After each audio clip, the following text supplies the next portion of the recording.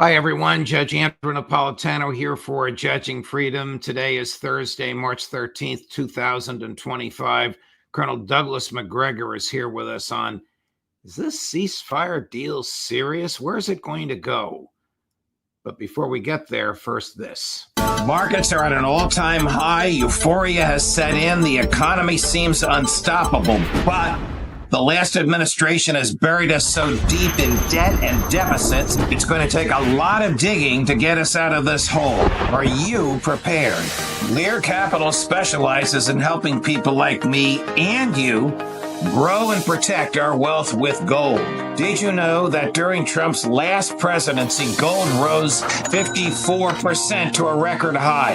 If that happens again, that puts gold at $4,200 an ounce in his next term. Don't wait. Do what I did. Call Lear at 800-511-4620 or go to LearJudgeNap.com for your free gold ownership kit and special report, $4,200 gold ahead. When you call, ask how you can also get up to $15,000 in bonus gold with a qualifying purchase. Call 800-511-4620, 800-511-4620, or go to LearJudgeNap.com and tell them the judge sent you. Colonel Macgregor, welcome here, my dear friend. Thank you for accommodating my time. Colonel, in 1 week, Secretary of State Rubio announced a ceasefire to which the Ukrainians had agreed. President Trump announced the resumption of President Biden's military support by providing military gear to Ukraine and American intel. And the Ukrainians dispatched hundreds of drones to attack a residential neighborhood in Moscow. What's going on? I think the first thing is it's unfortunate that we continue to discuss our negotiations and interactions with the Russians in public. I don't see any point to it. And I think as a result, we're going to be embarrassed somewhat by this latest ceasefire offer. If there is anything the Russians have made clear repeatedly, it's that a ceasefire in and of itself is not acceptable. They see that as simply buying time for their Ukrainian opponent to receive more weapons, equipment, cash, whatever, rebuild themselves and carry on the fight. And frankly, there's a lot of evidence to suggest that that's probably the case. So I don't know why we start with this ceasefire business. We say we want to save lives, but that's not the answer. The second thing, of course, is ending the aid. People say, well, it really doesn't matter. It'll take so long for the additional aid to reach Ukraine. What difference does it make? It makes a lot of difference if you're a Russian. If you are on the one hand saying, I want to normalize relations between my country, the United States, and Russia, I'm sincere and I'm serious about it, then why not stop the aid to people who are absolutely committed to killing Russians? That ought to be done right away. So I think that's a serious mistake. And again, this is not Donald Trump's war. He said that. He didn't want it. So why sustain the aid? That doesn't make any sense. That's not a bargaining chip. That's a self-inflicted wound. It tends to undermine the sincerity and the truth of everything he's saying. And I do believe the president when he says he wants to end the war. That's not how you end it. So at the moment, I think we're going to be disappointed. I don't see anything happening that's good.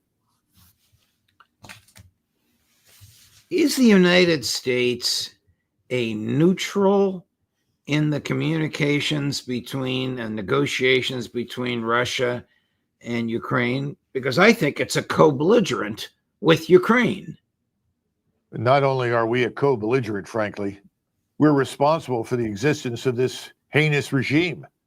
The hundreds of drones that struck a residential area in Moscow would not have flown anywhere were it not for us. I think that this travesty that we somehow or another are brokering something between Kiev and Moscow ought to be ended immediately. We are mightily responsible for everything that's happened in Ukraine. I think if you're a Russian, you reasonably ask the following question. If they want good relations with us, if they want to repair the damage, why don't they simply put an end to this regime in Kiev? And we could. And we could also demand that elections be held as soon as possible to put in a new government. And we could ask the Organization of Security Cooperation in Europe to help with that and get rid of Zelensky and his crew. The fact that we're not doing any of those things sends the opposite signal to the Russians. It means we're not serious and we're not sincere. We have any leverage with the Russians whatsoever? No, of course not. Remember, we've made this analogy before, but we probably ought to do it again, Judge. If there were a large military establishment, force, 400, 500, 600, 700,000, whatever, sitting in Mexico that was armed, trained, and equipped by the Chinese or the Russians or anybody, and its sole purpose was to attack the United States, to regain control of southern Texas or southern California or something, based on what happened many, many years ago, what would we do? We would smash it. We would stop it. Right. And we would not negotiate with it. It's an existential threat. And we need to understand that. We have no leverage whatsoever. No one would have leverage over us in the case that we were destroying a threat in Mexico. So are Marco Rubio and Mike Waltz and Steve Witkoff on a fool's errand? Oh, they're on Fantasy Island. There's no question about it. Worse than a fool's errand, I guess.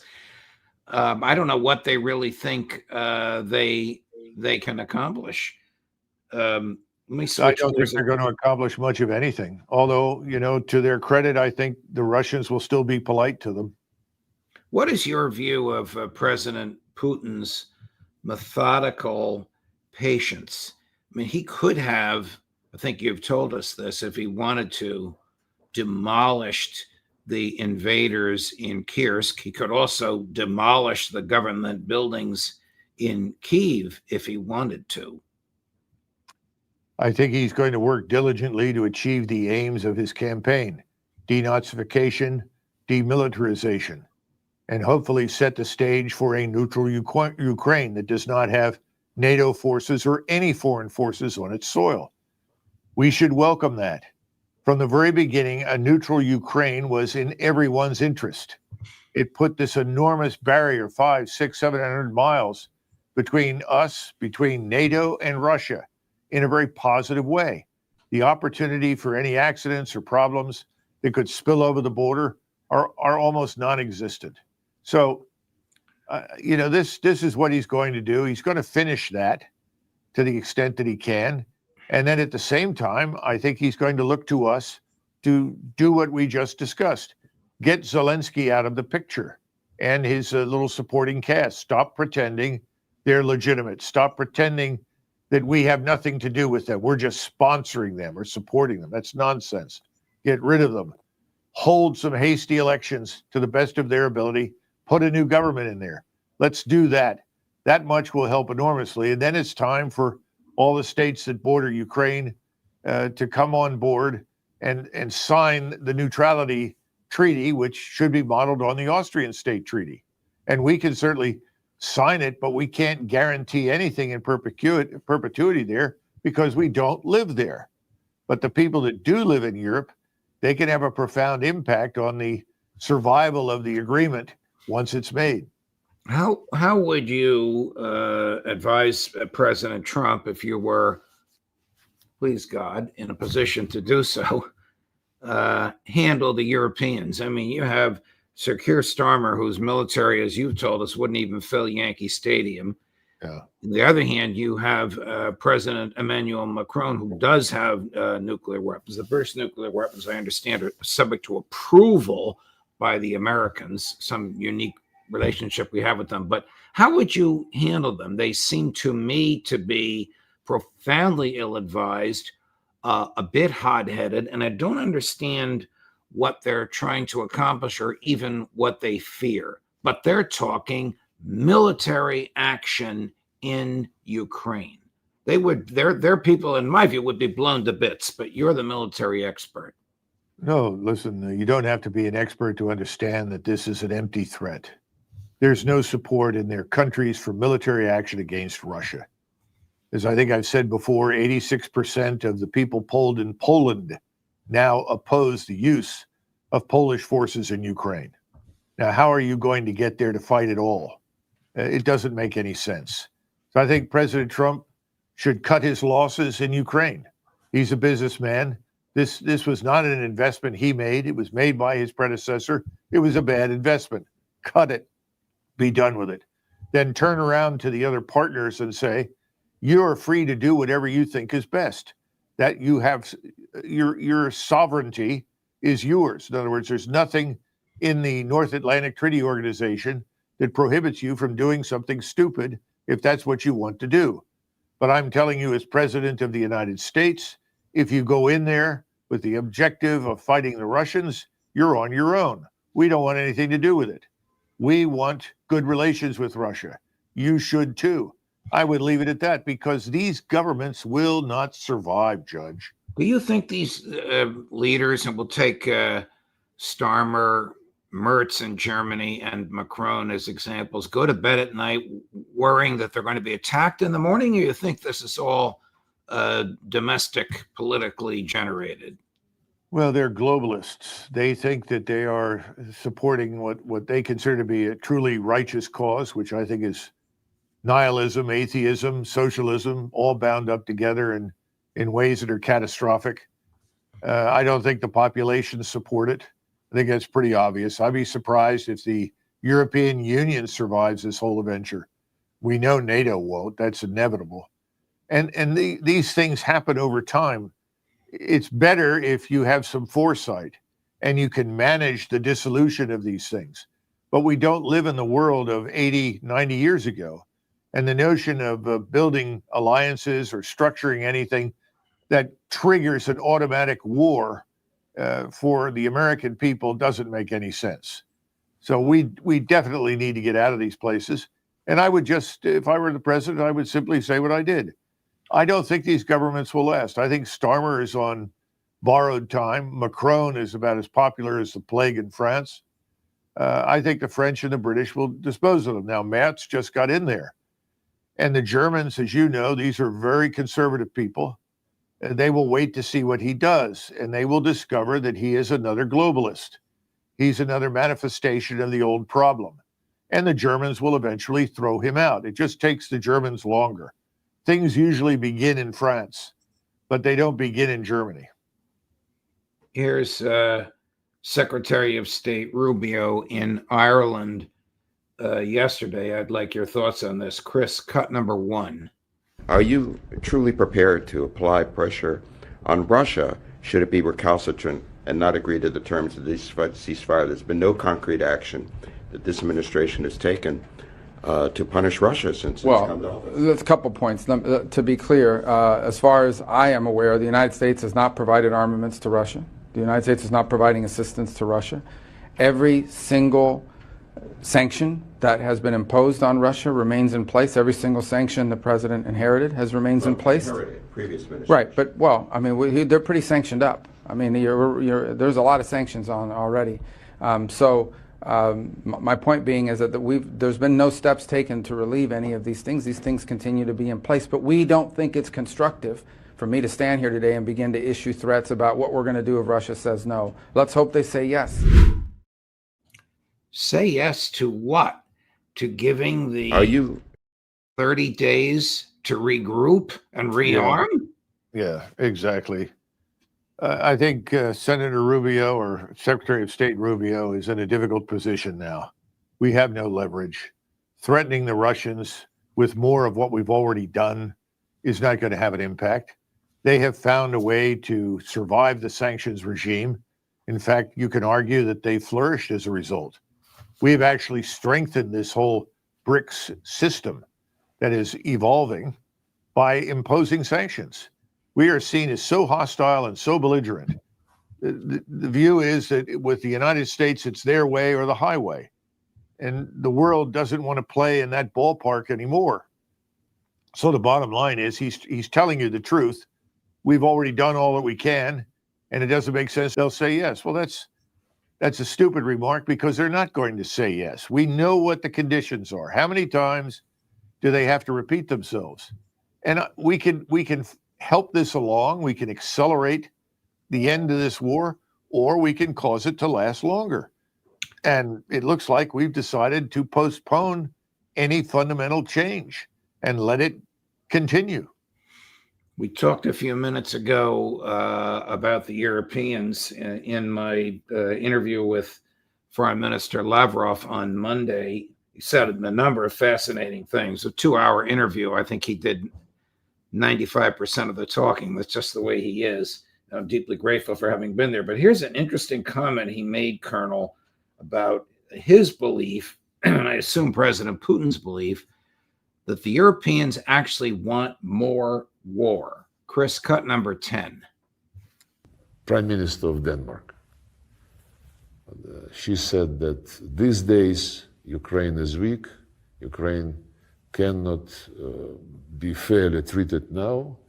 Therefore, for Ukraine, today, peace is worse than war. She said this. Дескать, let's pump Ukraine with weapons again, and when we have shaken Russian position, then let's see whether we can talk. And the chief of German intelligence a couple of days ago said that it would be bad for Ukraine and for Europe if the war ends before 2029. And 2030 even better. Yes, they say these things. And when President Trump was interrogating President Zelensky in the Oval Office, asking him many times, "You don't want to negotiate." Zelensky was trying to avoid an answer. Were you startled to hear those comments from the Prime Minister of Denmark? Peace is worse than war. From the head of German intelligence, it would be good if the war lasted to 2029, 2030. The guffaws in the background were mine. I was startled to hear that. I was seated just across the table from him at the time. Well, these people are lunatics. Let's not even discuss lunacy at this point. Let's just say Prime Minister Salisbury of Great Britain, one of Britain's best prime ministers, frankly, once observed that the biggest mistake in politics is to cling to the carcass of dead policies. The Ukraine policy, the policy of arming Ukraine to the teeth and hurling it at Russia, is dead. It was a mistake. It should never have happened. These people are clinging to it. If they insist on doing so, their voting electorates will turn them out. There's no question about it. Now, secondly, when you listen to the Prime Minister of Denmark, I've listened to, I think, the lady leading Estonia, another Prime Minister in Finland, or President. These people have lost all sense of proportionality. They don't know what war is. All of these people do not understand war. They haven't looked carefully at what's gone on in Ukraine. This is the kind of war that can be brought to them if they insist on persisting in this hostility to Russia at a point in time where Russia is not interested in hostility to them. I mean, this is the real tragedy here. We're not dealing with a Stalinist Russia that is bent on territorial conquest and expansion. There is no common turn. That's ridiculous nonsense. If anybody has something like the common turn, it's USAID and the National Endowment for Democracy. Those things are gone. They've got to wake up and come to terms with reality. And as long as we seem to be allied with them and underwrite them, they will behave stupidly. It's the same problem with Zelensky. That's why President Trump needs to say to them, if this is what you want, you are on your own. You will get nothing from us. And this notion that we have some holy obligation to do anything the European leadership wants us to do is ridiculous. It's nonsense. We came there after World War II, and we stayed because of the threat that was represented by the Soviet Union. It's all gone. There's no reason for us to be there now. That's not contemporary Russia. They need to wake up and get on with things. Switching to the Middle East, Colonel, the Israelis have stopped all food, water, medicine, and electricity into Gaza. President Trump has dispatched Steve Witkoff, the same Witkoff that we mentioned a few minutes ago, because he's also going to Moscow to negotiate directly with Hamas over the severe but not publicly revealed objections of Prime Minister Netanyahu and the right-wing cabal around him. Not too long ago, you warned about the likelihood of a regional war in the Middle East. Do you still have that view, Colonel? Oh, absolutely. And by the way, just to backtrack a little bit, if we do not act in a more sober and realistic manner towards Moscow, the war in Ukraine could also unravel in Eastern Europe. So I think it's very important that we act swiftly to put an end to the fantasy island trip that these people in Great Britain or Denmark or France are on. That should end as soon as possible. In the Middle East, there are many potential triggers that could lead to a regional civil war. I've mentioned this before. There's something called Abbasiyya, which is a word that seems to mean in the Muslim world a sense of solidarity, a coalition or coherence of Islamic peoples. That's always been very weak in the past, but that's changing. If Mr. Netanyahu does what I think he will do and resumes bombing in Gaza, that will bring Egypt into conflict with Israel. When that happens, all bets are off. The entire region is going to gear up and go to war with Israel in some form or another. It may not happen in the first 24 hours, but it will spread. The same thing is true in southern Syria. If the Israelis are only perhaps 30 kilometers from Damascus right now, insist on annexing all of that territory, inevitably they will confront the Turks. The Turkish military will confront them. That's not going to be tolerated. Damascus is one of the great cities of Islam. The idea of the Israelis marching into it is anathema to every Muslim. They've already lost Jerusalem. Cairo is the other great city, and then Damascus in the modern world. They're not going to give those up. So I think it's a question of where does this begin? What triggers it? What causes it? What about a Turkish confrontation with the Israelis at sea? I don't know. And then, of course, there is Iran. And Iran has pledged support to Egypt, as has Saudi Arabia. And I think the Iranians will stand by Egypt. And if Egypt gets into a war with Israel, they will be supported by Iran. The whole thing is a house of cards that could collapse very suddenly and then erupt in fire. And the fire will not contain itself. It will spread and spread and spread. So the only solution at this point for the president of the United States is to rein in Mr. Netanyahu, which I think he will not do under any circumstances. The one question that I put to Foreign Minister Lavrov, which he chose not to answer, Colonel, was if the Israelis bomb Iran, will Russia come militarily to Iran's defense? He just sort of looked at me with a little bit of a smile and went on to finish answering a previous question. He chose not to address that. Do you think Russia will come to Iran's defense if the Israelis attack Iran, particularly with American assistance? Well, the short answer is yes, I do.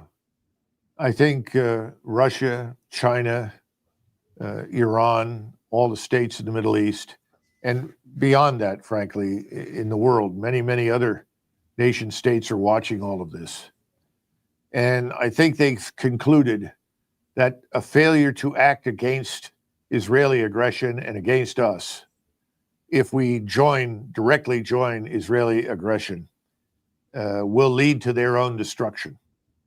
At some point, no matter how weak you may feel or be, you decide that it is no longer in your interest to do nothing. And frankly, the Arabs for a very long time have taken the position, it's in our interest to do nothing. That's no longer the case. I think the Arab states understand at this point it's do or die. And right now, the two leading powers in the region who are prepared to act against Israel and us if necessary are Egypt and Iran. So I think the Russians understand it. The Chinese understand it. You've seen the Russian-Chinese naval drills off the coast of the Straits of Hormuz. That's not an empty gesture. That's a very real statement. And I think we can expect more of that as the time goes on. So that's why my great concern at this point is the only person, the only individual who has the authority and the power to intervene and stop this is Donald Trump. But I don't think he will do that. I think he's caught up in a web of his, not necessarily of his making, a web that constrains him in terms of what actions he can execute.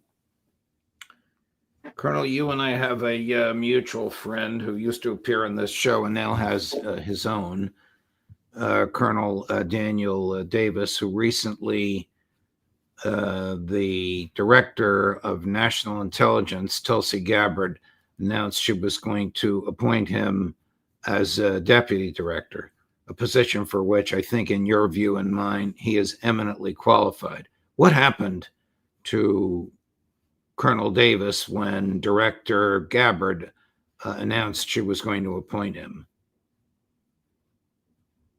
I think a number of things happened. Keep in mind that whether you like or dislike Dan Davis, I happen to like him.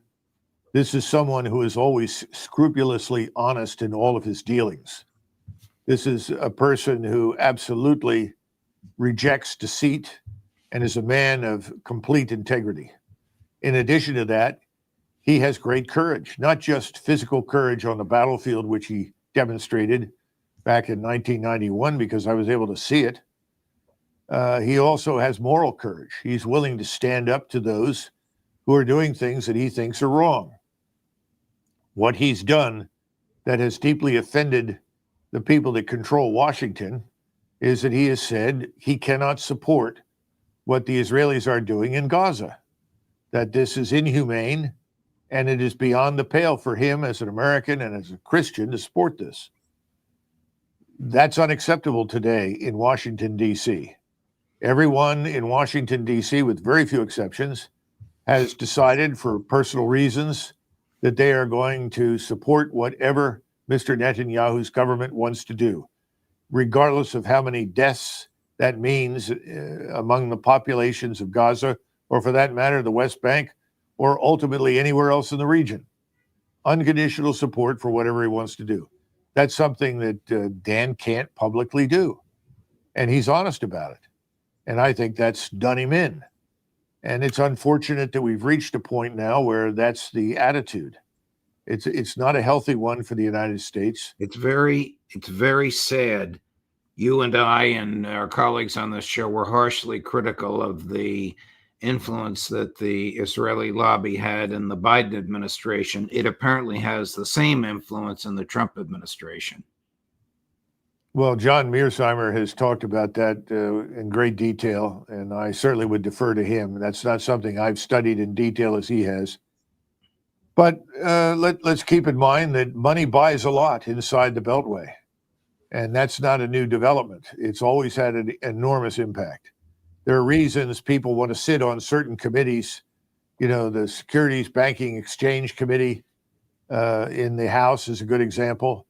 You go there, you are someone who is in a position to interact with the banks, and they find ways to reward you for your support of their interests.